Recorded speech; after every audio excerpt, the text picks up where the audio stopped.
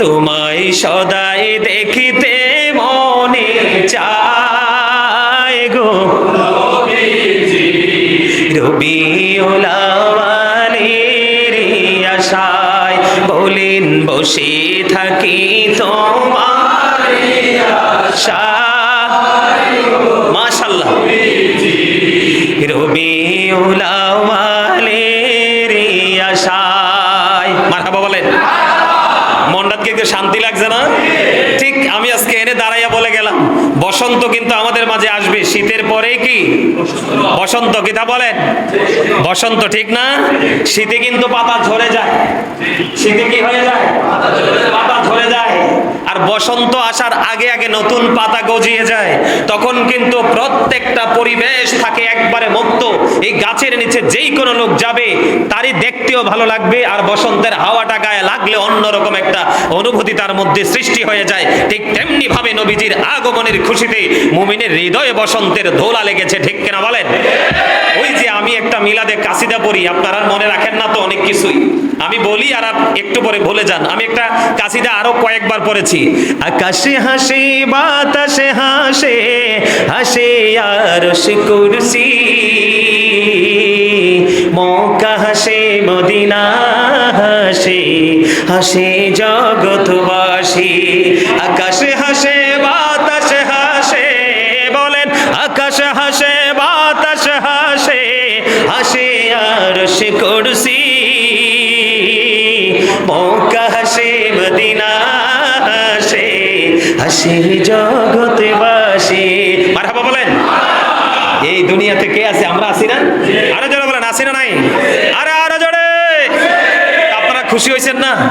হ্যাঁ, এই তার মানে হলো নবীজি আসতেছে আর ভ্রমর মতো গুনগুন করে গান গেতে গেতে নবীর প্রেমের বাগানের দিকে ছুটছে। আর সেই গুনগুন করা ভোমরা হলো এই পৃথিবীর বুকে নবীর প্রেমিক আল্লাহর প্রিয় বান্দা মুমিনেরা। জোরে কোন সুবহানাল্লাহ। আর একটু মহব্বতে বলেন সুবহানাল্লাহ। আমরা সবাই খুশি না? আল্লাহ আমাদেরকে কিয়ামত পর্যন্ত অথবা দুনিয়াতে যতদিন থাকবো ততদিন পর্যন্ত যেন এই প্রেম নিয়ে আমরা রাসূলের ভালোবাসা নিয়ে বাঁচতে পারি। আল্লাহ যেন আমাদেরকে সেই তৌফিক দান করে। সকলে বলুন আমিন। আমরা সবাই নবীজির আগমনে খুশি তো? আরো জোরে। আমরা বেশি খুশি। এই আসছে সামনে ঈদ মিলাদুন নবী। ঈদ মিলাদুন নবী উপলক্ষে আপনার যার যেমন তৌফিক আছে ঠিক সাধ্য অনুযায়ী আমরা নবীজির আগমনের দিনক্ষণ ঠিক করে আমরা আনন্দ উৎসব করব সম্মিলিতভাবে, ঠিক কিনা বলেন? আপনি দান করতে পারেন, কেউ নফল ইবাদত করতে পারেন, কেউ রেলি বের করতে পারেন, কেউ মিলাদের আয়োজন করতে পারেন। আর একটা কথা বলে রাখি, আপনাদের প্রত্যেকের ঘরে ঘরে আপনারা মিলাদ পড়াবেন। হাদিয়া দেওয়ার দরকার নাই, কি নাই? আপনার তৌফিক নাই তো 1% আমার কোনো ধরনের কোনো অভিযোগ থাকবে না। তবে আমি আপনাদেরকে বিনীতভাবে অনুরোধ করব, নবীজির আগমনে আপনারা তো এমনিতেও মিলাদ প্রেমিক, একটু পড়াবেন। এই জন্য যেখানে নবীর মহাব্বতে মিলাদ হবে, দরুদ হবে, সেখানে আল্লাহ রাব্বুল আলামিন আসমানি কোনো গজব দিবে না। আর জোরে কন্না সুবহানাল্লাহ। এখানে মিলাদকে ঘিরে আমরা অনেক ইবাদত বন্দেগী করি না? কোরআন তেলাওয়াত হয়, দরুদ হয়, জিকির হয়, মানুষকে খাওয়ানো হয়, যা হয় সবই আল্লাহর পছন্দের। সম্মানিত উপস্থিতি, আল্লাহ রাব্বুল আলামিন আমাদের সবাইকে নবীজির আগমনে খুশি হয়ে আনন্দ উৎসব করব। তবে এই আনন্দের মধ্যে কোনো ধরনের হারাম কাজ যেন যুক্ত না হয়। কি? কোন হারাম যেন যুক্ত না হয়। আমরা যেন হারাম থেকে, শিরক থেকে মুক্ত থেকে আল্লাহ যেন আমাদেরকে মদিনাওয়ালার প্রেম নিয়ে ইসলামের পরিপূর্ণ সৌন্দর্য নিজের মধ্যে এনে আমরা যেন বাস্তব জীবনকে বাস্তবায়ন করতে পারি। আল্লাহ যেন আমাদেরকে সেই তৌফিক দান করে। সকলে বলুন আমিন। এই বলে আমি আমার অগোছালো আলোচনা এখানেই সমাপ্ত করছি। আসসালামু আলাইকুম ওয়া রাহমাতুল্লাহ। যারা সুন্নত পড়েন নাই তারা 4 রাকাত সুন্নত পড়ে নেন। আর গত জুমায় বলছিলাম ঈদ মিলাদুন নবীর মাহফিল আজি, নবীর প্রেমিক কে আছো ভাই হও রে শামিল। আজি ঈদ মিলাদুন নবীর মাহফিল আজি, যে যাকে ভালোবাসে আগমনে তার হৃদয় হাসে। ঠিক কিনা বলেন? যে যাকে ভালোবাসে আগমনে তার হৃদয় হাসে, নবীজির আগমনে আনন্দ মিছিল। ঈদ মিলাদুন নবীর মাহফিল।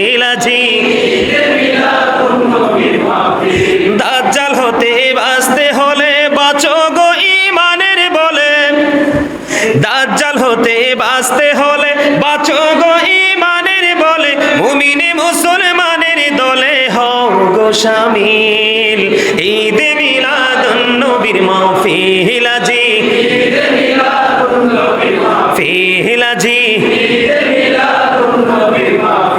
ভাল লাগছে নি আরো জোরে যার সেনায় নবীর প্রেম নাই তার ঈমান নাই যার ঈমান নাই তার নামাজ রোজা হজ যাকাত পৃথিবীর কোনো কিছুরই আল্লাহর কাছে কোনো দাম নেই এই জন্য আজকে আমি শুরুটা করেছি সূরা লাহাব থেকে একটা সূরা পড়েন নাই তাব্বাত ইয়াদা আবি লাহাবি ওয়া তাব মা আগনা আনহু মালুহু ওয়া মা কাসাব হাফিজ সাহেব আসেনি এটা আছে না সাইয়াসলা নারান যাতা লাহাবি ওয়া আমরাতু হাম্মালাতাল হাতাব ফি জিদিহা হাবলুম মিন মাসাদ আছে না নাই এই মুমিনের মাঝেই পাঠিয়েছেন আল্লাহর প্রিয় হাবিব মুহাম্মদ রাসূলুল্লাহ সাল্লাল্লাহু আলাইহি ওয়াসাল্লামকে এতে আমরা খুশি না বেজার আরো জোরে বলেন খুশি না বেজার এই যে আল্লাহর প্রিয় হাবিব যদি আল্লাহর প্রিয়জনদেরকে নিয়ে কথা বলা আলোচনা করা ইবাদত হয় তাহলে আমার নবীকে নিয়ে আলোচনা করা কি মুমিনের ঈমানি চেতনা থেকে বলতে পারি মুমিনের জন্য কি এটা আরো বড় ইবাদত না কথা বলেন ইন্না যিকরা মিলাদি আউলিয়া ইল্লাহি ইবাদাহু জোরে জোরে বলেন আল্লাহু আকবার বন্ধুরে আমার আল্লাহ রাব্বুল আলামিনের প্রিয় বান্দাদেরকে নিয়ে আলোচনা করা তাদের জন্ম বৃত্তান্ত নিয়ে আলোচনা করা তাদেরকে নিয়ে প্রশংসা করা তাদেরকে নিয়ে গুণগান করা বন্ধু এটা মুমিনের জন্য বড় ইবাদত তাহলে আমরা আমাদের রাসূলকে পেয়েছি সেই আনন্দ উৎসব করব কিনা করতে রাজি আছি কিনা অনেকের কি নাই করার ইচ্ছা আছে কিন্তু গায়ে শক্তি নেই কিন্তু সে মনে মনে আনন্দিত তারপরেও সে ঈমানদার সুবহানাল্লাহ বলেন কারণ এই কারণে আমরা আনন্দিত হব আল্লাহ রাব্বুল আলামিন অত্যন্ত চমৎকার ভাবে বন্ধ বলে দিয়েছেন ওয়া মা আরসালনাকা ইল্লা রাহমাতাল লিল আলামিন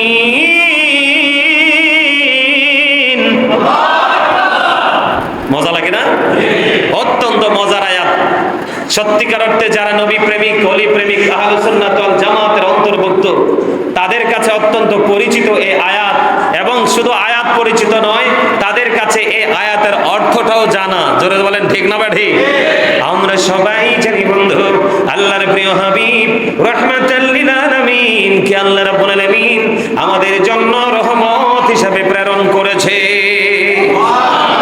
জোরে বলেন সুবহানাল্লাহ এই রহমত পেয়ে আমরা কি করব খুশি হব না কি আনন্দ তো সবাই বলতে পারে না কিন্তু খুশিটা সবাই সোজা বোঝে ঠিক না আমরা খুশি হব না তো মানুষ খুশি হইলে তো কত কিছুই করে ঠিক না ভালো কাজ করে না এই খুশি হওয়ার দলিল আমাদের দেশে কেউ পায় না কেউ বলতে ওই কেউ যারা নবী ওলি তাদের দুশমন তাদের মধ্য থেকে ওই কেউদেরকে বলছি ওনারা আল্লাহর আর হাবিবের আগমনে খুশি হওয়া মিলাদ পড়া এগুলো নিয়ে আনন্দ উল্লাস করার দলিল তারা পায় না কিন্তু আমরা পেয়ে গেছি আল্লাহ রাব্বুল আলামিন অত্যন্ত চমৎকার ভাবে বলে দিয়েছেন বন্ধু কুল বিফাদলিল্লাহি ওয়া বিরহমাতিহি ফাবিযালিকা ফালিয়াফরাহু হুয়া খায়রুম মিম্মা ইয়াজমাউন আল্লাহ বলেছেন কুল আল্লাহর হাবিবকে মিন করে বলেছেন হাবিব আপনি জানিয়ে দেন আল্লাহ রাব্বুল আলামিন বলেছেন আল্লাহর করুণা ও আল্লাহর রহমতের শুকরিয়া স্বরূপ তারা যেন আনন্দ করে বন্ধুরে আমার আল্লাহর ফজল আল্লাহর রহমত আল্লাহর দয়া সবকিছু মিলিয়ে যদি আমরা বলি আমাদের রাসূলের চেয়ে বড় রহমত নিয়ামত আমাদের কাছে আর কিছুই কিছুই নয়। এই কারণে কিছুই নয় বন্ধু, আমি আপনাদেরকে বলে দেই, আকাশের মধ্যে 200 crore গ্যালাক্সি আছে। তার মানে আকাশের মধ্যে 200 কোটি ছায়াপথ আছে। প্রত্যেকটা ছায়াপথের মধ্যে 10,000 কোটি করে তারা আছে। এর মধ্যে একটা তারার নাম হলো নিউট্রন স্টার। এই একটা তারকার এক চা চামচ পদার্থের ওজন হলো 1000 মিলিয়ন টন। বন্ধুরে আমার, আমি চ্যালেঞ্জ করে হলফ করে বলতে পারবো, এই পৃথিবীর বুকে এমন কোন সৃষ্টি এখনো জন্ম হয় নাই, একটা তারকার এক চা চামচ পদার্থের ওজন যদি 1000 মিলিয়ন টন হয় বন্ধু, একটা তারার ওজন কত হতে পারে এই বের করার ক্ষমতা কারোর নেই। ও বন্ধু, কেন বললাম? আকাশের মধ্যে 200 crore গ্যালাক্সি আছে, 200 কোটি ছায়াপথ আছে। এর মধ্যে প্রত্যেকটা ছায়াপথের মধ্যে 10,000 কোটি করে তারা আছে। একটা তারকার নাম হলো নিউট্রন স্টার। এই একটা তারকার এক চা চামচ পদার্থের ওজন যদি 1000 মিলিয়ন টন হয়, তাহলে আপনারা বুঝে নিন আকাশটা কত বেশি ওজন ধারণ করে রেখেছে। সুবহানাল্লাহ বলে না কেন? আমি আবারও বলছি, প্রত্যেকটা জুমার দিনে বলি, ফ্রি মন নিয়ে আসবেন, শারীরিক মানসিক এনার্জি নিয়ে আসবেন। কারণ প্রত্যেকটা জুমার দিন মুমিনের ঈদের দিন। মুমিনের অন্তরে এমনিতেই বন্ধু বসন্তের হাওয়া লাগে জুম্মার দিন যখন শুরু হয়। তার মানে বৃহস্পতিবার মাগরিবের পর থেকে মুমিনের হৃদয়ে অন্যরকম এক প্রশান্তি বইতে থাকে। কারণ আগামী দিন আমাদের জন্য স্পেশাল ডে, ঠিক কিনা বলেন? আমি আপনাদেরকে বুঝাইতে চাই, এখানে আল্লাহর রহমত এবং ফজল বলা হয়েছে। ও বন্ধু, রহমত বলতে নবীকে বুঝিয়েছি, আর ফজল বলতে আমরা ধরে নিয়েছি আল্লাহর কোরআন। কথা বলে না কেন? দুটোই কিন্তু আমাদের জন্য নিয়ামত। কথা বলেন না কেন? দুটোই কি? দুটোই আমাদের জন্য বন্ধু নিয়ামত। কারণ আল্লাহ is all in all. Follow his law and light. Law হলো আইন, লাইট হলো বন্ধু নূর, নূর হলো নবী। ও বন্ধু, ল হলো আইন, আর এই আইনের ভান্ডার হলো আপনার আমার নবী। আর এই আইনের সাশ্রয় হলো সৃষ্টি জগতের মধ্যে সবচেয়ে বড় গ্রন্থ, যেটাকে ইংলিশে বলা হয় দা হোলি কোরআন, পবিত্র কোরআন। জোরে জোরে বলেন সুবহানাল্লাহ। আমরা রাসূল পেয়েও খুশি, আমরা কোরআন পেয়েও খুশি। কোরআন পেয়ে খুশি হলাম কেন একটু পরে বলছি। আমরা রাসূল পেয়ে খুশি এই কারণে, রাসূল পেয়ে খুশি বন্ধু, যেটা বলতে চেয়েছি, আকাশে এত ওজন ধারণ করতে পারে। আল্লাহ আসমানকে প্রস্তাব করলেন, আসমান রে তুমি কোরআনটা নিয়ে নাও। কোরআন যখন নিতে বললেন, আসমান সঙ্গে সঙ্গে বলে দিলেন, মাবুদ ও মালিক, এই কোরআনের ভার তো বহন করতে পারবো না। এই কোরআন এসেছে আপনার আমার প্রাণের রাসূলের কাছে। জোরে জোরে বলেন না সুবহানাল্লাহ। শুধুই তো কোরআন আসেনি বন্ধু, শুধুই কোরআন আসেনি। কোরআন আসার আগে, কোরআন অবতীর্ণ হওয়ার কারণ মানে শানে নজুল ব্যাকগ্রাউন্ড তৈরি হয়েছে। আওয়াজ তোলে একবার বলেন আল্লাহু আকবার। বন্ধুরে আমার, কোরআন আমাদের কেন প্রয়োজন? কোরআন এই কারণে প্রয়োজন, কোরআন যদি না আসতো বন্ধু, বিজ্ঞান আসতো না। বিজ্ঞান যদি না আসতো, আধুনিক প্রযুক্তি, আধুনিক ছোঁয়া, বিশেষ করে এই অ্যান্ড্রয়েড সেট মোবাইল, গোটা পৃথিবীর তথ্য আমরা খুঁজে পেতাম না। ঠিক কিনা বলে? তো এই জন্য আল্লাহ বলেছেন, হাবিব কুল বিফাদলিল্লাহি ওয়া বিরহমাতিহি। আল্লাহ রাব্বুল আলামিন বলেছেন, ফাবিযালিকা ফালিয়াফরাহু। আল্লাহ বলেছেন, কুল বিফাদলিল্লাহি ওয়া বিরহমাতিহি ফাবিযালিকা। আল্লাহ রাব্বুল আলামিন অত্যন্ত চমৎকার ভাবে বন্ধ বলে দিয়েছেন, হাবিব আপনি জানিয়ে দেন, রহমত এবং ফজল যে পেয়েছে তারা, এই জন্য যেন ফালিয়াফরাহু, তারা যেন আনন্দ উৎসব করে। এবার আপনার প্রশ্ন থাকতে পারে, আমি যদি আনন্দ করি আমার লাভটা হবে কি? এরপরে আল্লাহ রাব্বুল আলামিন বলে দিয়েছেন, হুয়া খায়রুম মিম্মা ইয়াজমাউন। আল্লাহ রাব্বুল আলামিন বলেছেন, তারা যা জমা করে রেখেছে, পুঁজি করে রেখেছে, তার মানে ও বন্ধু, আপনার পুঁজিগত সব কিছুর চাইতে উত্তম হলো আপনার আমার মদিনাওয়ালার আগমনে আনন্দিত হওয়া। ঠিক কিনা বলেন? আরো জোরে বলেন। এই জন্য মুমিনেরা বলে, আজি ঈদ মিলাদুন নবীর মাহফিল, আজি নবীর প্রেমিক কে আছো ভাই হও রে শামিল, আজি ঈদ মিলাদুন নবীর মাহফিল, আজি যে যাকে ভালোবাসে আগমনে তার হৃদয় হাসে। ঠিক কিনা বলেন? যে যাকে ভালোবাসে আগমনে তার হৃদয় হাসে, নবীজির আজ আগমনে আনন্দ মিছিল।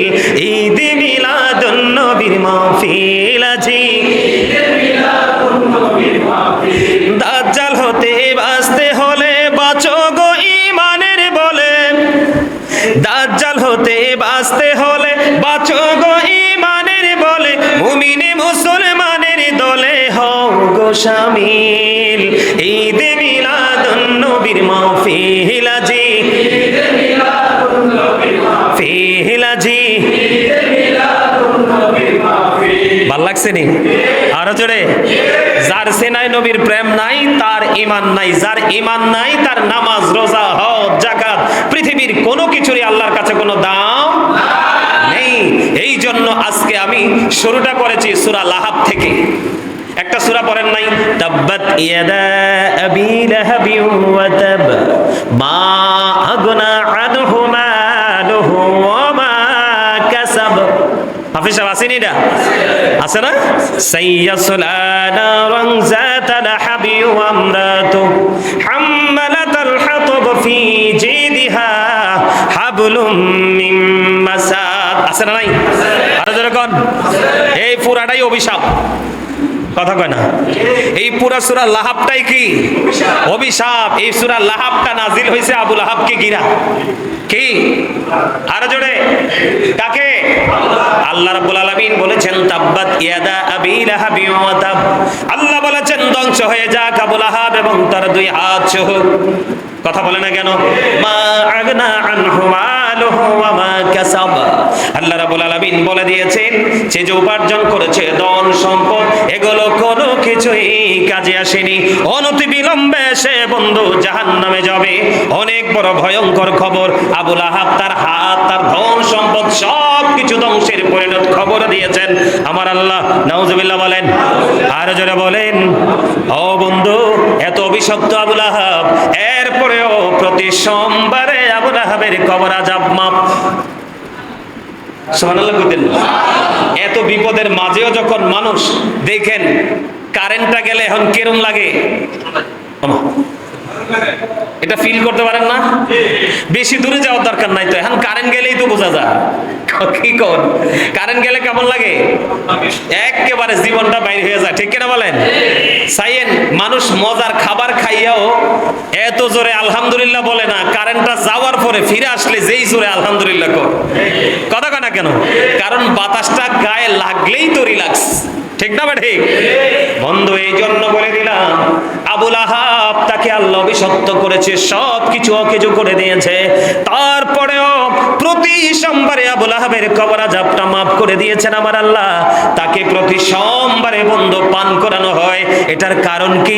ওনার একজন দাসী ছিল, সেই দাসী ছিল, দাসীর নাম ছিল সুয়াইবা।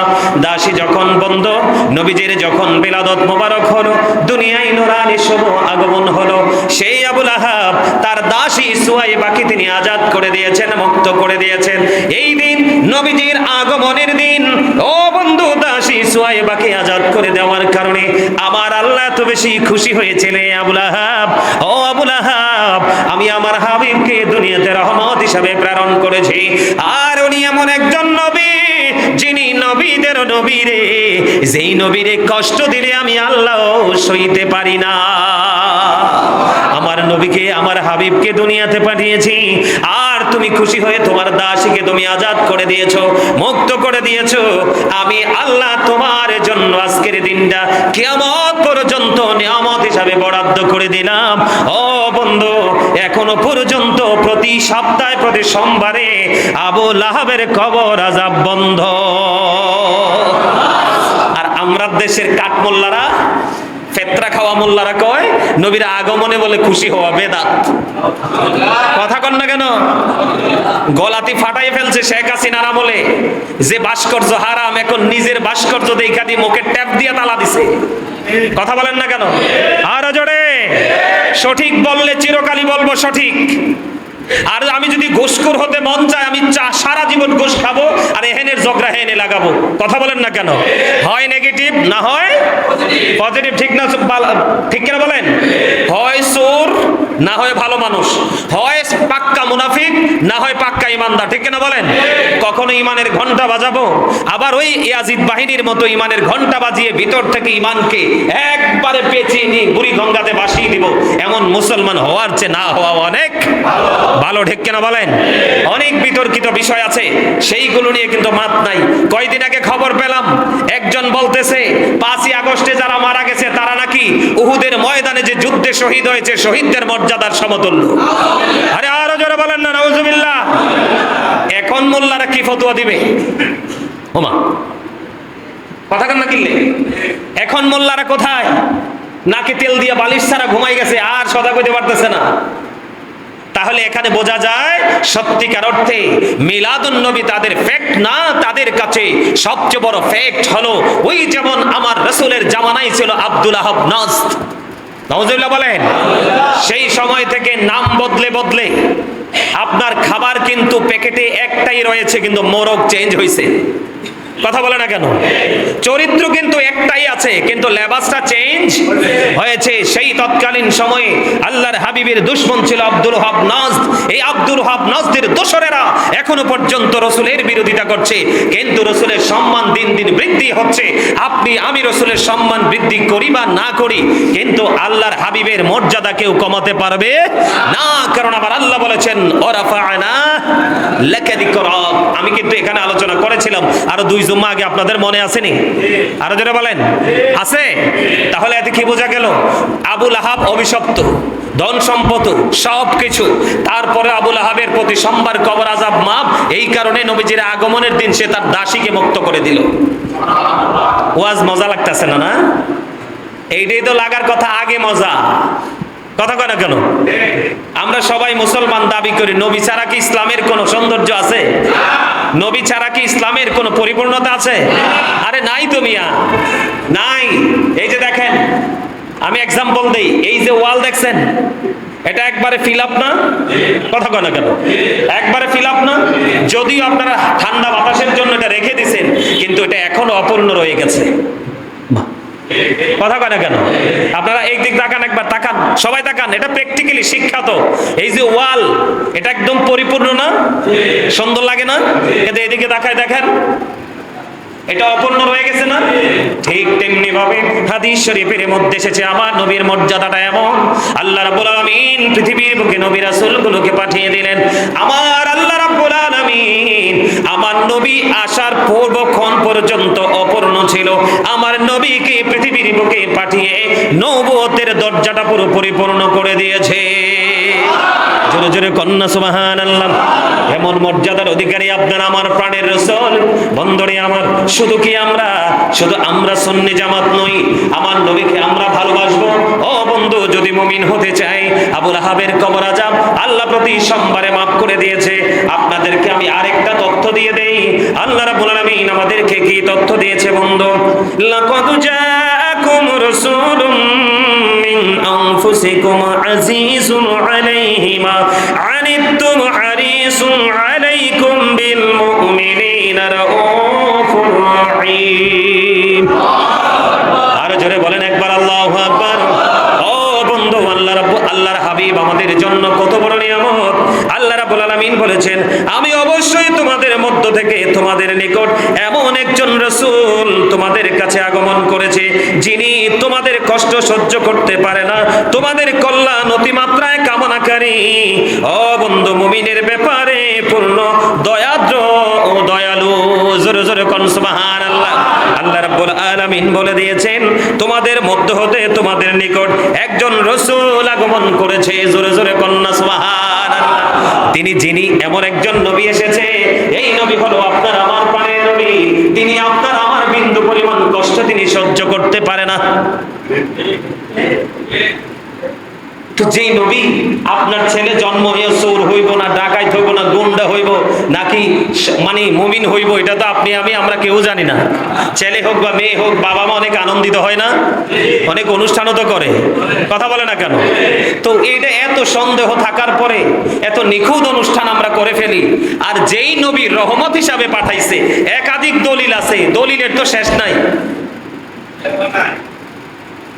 কোন দলিলের কি নাই শেষ।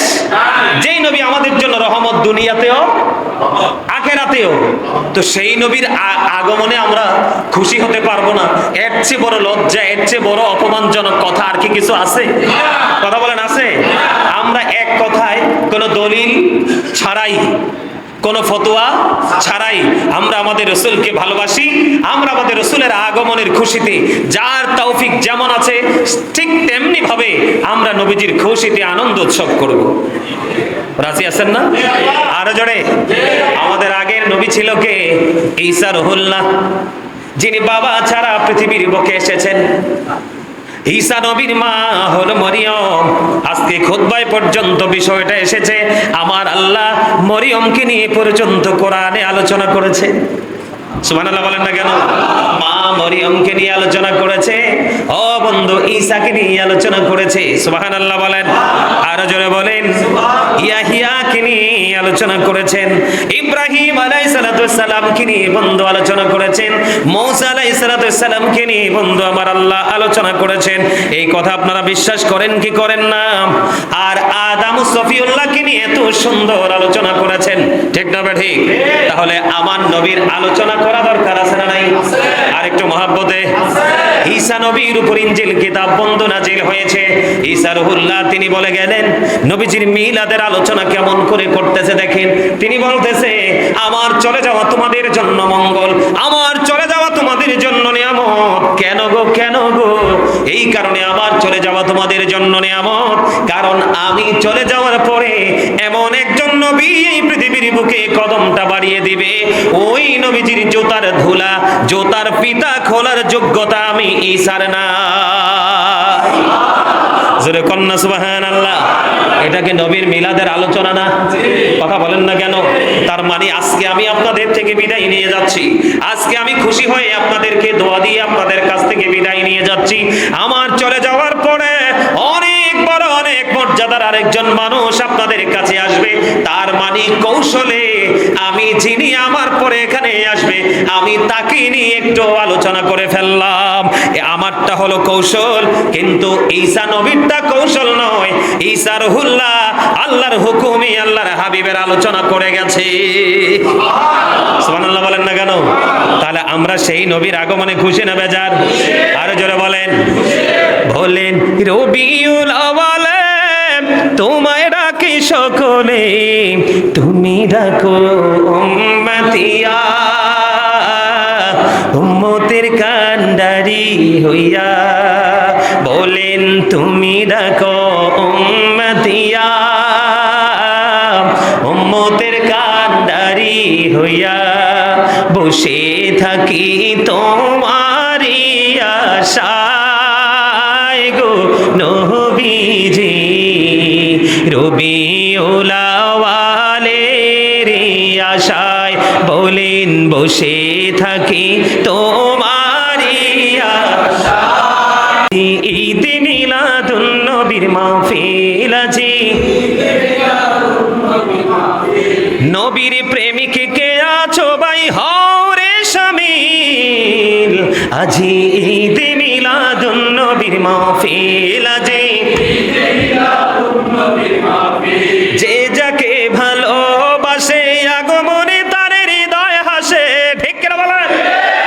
যে যাকে ভালোবাসে আগমনে তার হৃদয় হাসে, নবীজির আগমনে আনন্দ মিছিল। ঈদ মিলাদুন নবীর মাহফিল আজি, দাজ্জাল হতে বাঁচতে হলে বাঁচো গো ঈমানের বলে, দাজ্জাল হতে বাঁচতে হলে বাঁচো গো ঈমানের বলে, মুমিনে মুসলমানের দলে হও গো শামিল। ঈদ মিলাদুন নবীর মাহফিল আজি, ফিলাজি। ভাল লাগছে নি? আরো জোরে। যার সেনায় নবীর প্রেম নাই তার ঈমান নাই, যার ঈমান নাই তার নামাজ রোজা হজ যাকাত পৃথিবীর কোনো কিছুরই আল্লাহর কাছে কোনো দাম নেই। এই জন্য আজকে আমি শুরুটা করেছি সূরা লাহাব থেকে। একটা সূরা পড়েন নাই? তাব্বাত ইয়াদা আবি লাহাবি ওয়া তাব মা আগনা আনহু মালুহু ওয়া মা কাসাব। হাফেজ সাহেব আসেনি? এটা আছে না? সাইয়াসলা নারান যাতা লাহাবি ওয়া আমরাতু হাম্মালাতাল হাতাব ফি জিদিহা হাবলুম মিন মাসাদ। আছে না নাই? তোমায় সদাই দেখিতে মনে চায় গো রবিউল আওয়ালের আশায়, বলেন বসে থাকি তোমার আশায়। মাশাআল্লাহ। রবিউল আওয়ালের আশায় মারহাবা বলেন। মনটাকে একটু শান্তি লাগছে না? ঠিক আমি আজকে এনে দাঁড়াইয়া বলে গেলাম বসন্ত কিন্তু আমাদের মাঝে আসবে। শীতের পরে কি বসন্ত? কিতা বলেন? বসন্ত, ঠিক না? শীতে কিন্তু পাতা ঝরে যায়। শীতে কি হয়ে যায়? পাতা ঝরে যায়। আর বসন্ত আসার আগে আগে নতুন পাতা গজিয়ে যায়। তখন কিন্তু প্রত্যেকটা পরিবেশ থাকে একবারে মুক্ত। এই গাছের নিচে যেই কোনো লোক যাবে তারই দেখতেও ভালো লাগবে, আর বসন্তের হাওয়াটা গায়ে লাগলে অন্যরকম একটা অনুভূতি তার মধ্যে সৃষ্টি হয়ে যায়। ঠিক তেমনি ভাবে নবীজির আগমনের খুশিতে মুমিনের হৃদয়ে বসন্তের দোলা লেগেছে, ঠিক কিনা বলেন? ওই যে আমি একটা মিলাদে কাসিদা পড়ি, আপনারা মনে রাখেন না তো অনেক কিছুই আমি বলি আর একটু পরে ভুলে যান। আমি একটা কাসিদা আরো কয়েকবার পড়েছি। আকাশে হাসে বাতাসে হাসে হাসে আরশ কুরসি, মক্কা হাসে মদিনা হাসে হাসে জগৎবাসী। আকাশে হাসে বাতাসে হাসে, বলেন আকাশে হাসে বাতাসে হাসে হাসে আরশ কুরসি, মক্কা হাসে মদিনা হাসে হাসে জগৎবাসী। মারহাবা বলেন। এই দুনিয়াতে কে আছে? আমরা আছি না? আরো জোরে বলেন, আছি না নাই? আরে আরো জোরে। আপনারা খুশি হয়েছেন না? হ্যাঁ, এই তার মানে হলো নবীজি আসতেছে আর ভ্রমর মতো গুনগুন করে গান গেতে গেতে নবীর প্রেমের বাগানের দিকে ছুটছে। আর সেই গুনগুন করা ভোমরা হলো এই পৃথিবীর বুকে নবীর প্রেমিক আল্লাহর প্রিয় বান্দা মুমিনেরা। জোরে কোন সুবহানাল্লাহ। আর একটু মহব্বতে বলেন সুবহানাল্লাহ। আমরা সবাই খুশি না? আল্লাহ আমাদেরকে কিয়ামত পর্যন্ত অথবা দুনিয়াতে যতদিন থাকবো ততদিন পর্যন্ত যেন এই প্রেম নিয়ে আমরা রাসূলের ভালোবাসা নিয়ে বাঁচতে পারি। আল্লাহ যেন আমাদেরকে সেই তৌফিক দান করে। সকল বলুন আমিন। আমরা সবাই নবীজির আগমনে খুশি তো? আরো জোরে। আমরা বেশি খুশি এই আসছে সামনে ঈদ মিলাদুন নবী। ঈদ মিলাদুন নবী উপলক্ষে আপনার যার যেমন তৌফিক আছে ঠিক সাধ্য অনুযায়ী আমরা নবীজির আগমনের দিনক্ষণ ঠিক করে আমরা আনন্দ উৎসব করব সম্মিলিতভাবে, ঠিক কিনা বলেন? আপনি দান করতে পারেন, কেউ নফল ইবাদত করতে পারেন, কেউ রেলি বের করতে পারেন, কেউ মিলাদের আয়োজন করতে পারেন। আর একটা কথা বলে রাখি, আপনাদের প্রত্যেকের ঘরে ঘরে আপনারা মিলাদ পড়াবেন। হাদিয়া দেওয়ার দরকার নাই, কি নাই? আপনার তৌফিক নাই তো 1% আমার কোনো ধরনের কোনো অভিযোগ থাকবে না। তবে আমি আপনাদেরকে বিনীতভাবে অনুরোধ করব, নবীজির আগমনে আপনারা তো এমনিতেও মিলাদ প্রেমিক, একটু পড়াবেন। এই জন্য যেখানে নবীর মহাব্বতে মিলাদ হবে, দরুদ হবে, সেখানে আল্লাহ রাব্বুল আলামিন আসমানি কোনো গজব দিবে না। আর জোরে কন্যা সুবহানাল্লাহ। এখানে মিলাদকে ঘিরে আমরা অনেক ইবাদত বন্দেগী করি না? কোরআন তেলাওয়াত হয়, দরুদ হয়, জিকির হয়, মানুষকে খাওয়ানো হয়, যা হয় সবই আল্লাহর পছন্দের। সম্মানিত উপস্থিতি, আল্লাহ রাব্বুল আলামিন আমাদের সবাইকে নবীজির আগমনে খুশি হয়ে আনন্দ উৎসব করব। তবে এই আনন্দের মধ্যে কোনো ধরনের হারাম কাজ যেন যুক্ত না হয়। কি কোন হারাম যেন যুক্ত না হয়, আমরা যেন হারাম থেকে শিরক থেকে মুক্ত থেকে আল্লাহ যেন আমাদেরকে মদিনাওয়ালার প্রেম নিয়ে ইসলামের পরিপূর্ণ সৌন্দর্য নিজের মধ্যে এনে আমরা যেন বাস্তব জীবনকে বাস্তবায়ন করতে পারি। আল্লাহ যেন আমাদেরকে সেই তৌফিক দান করে, সকলে বলুন আমিন। এই বলে আমি আমার অগোছালো আলোচনা এখানেই সমাপ্ত করছি। আসসালামু আলাইকুম ওয়া রাহমাতুল্লাহ। যারা সুন্নত পড়েন নাই তারা 4 রাকাত সুন্নত পড়ে নেন। আর গত জুমায় বলেছিলাম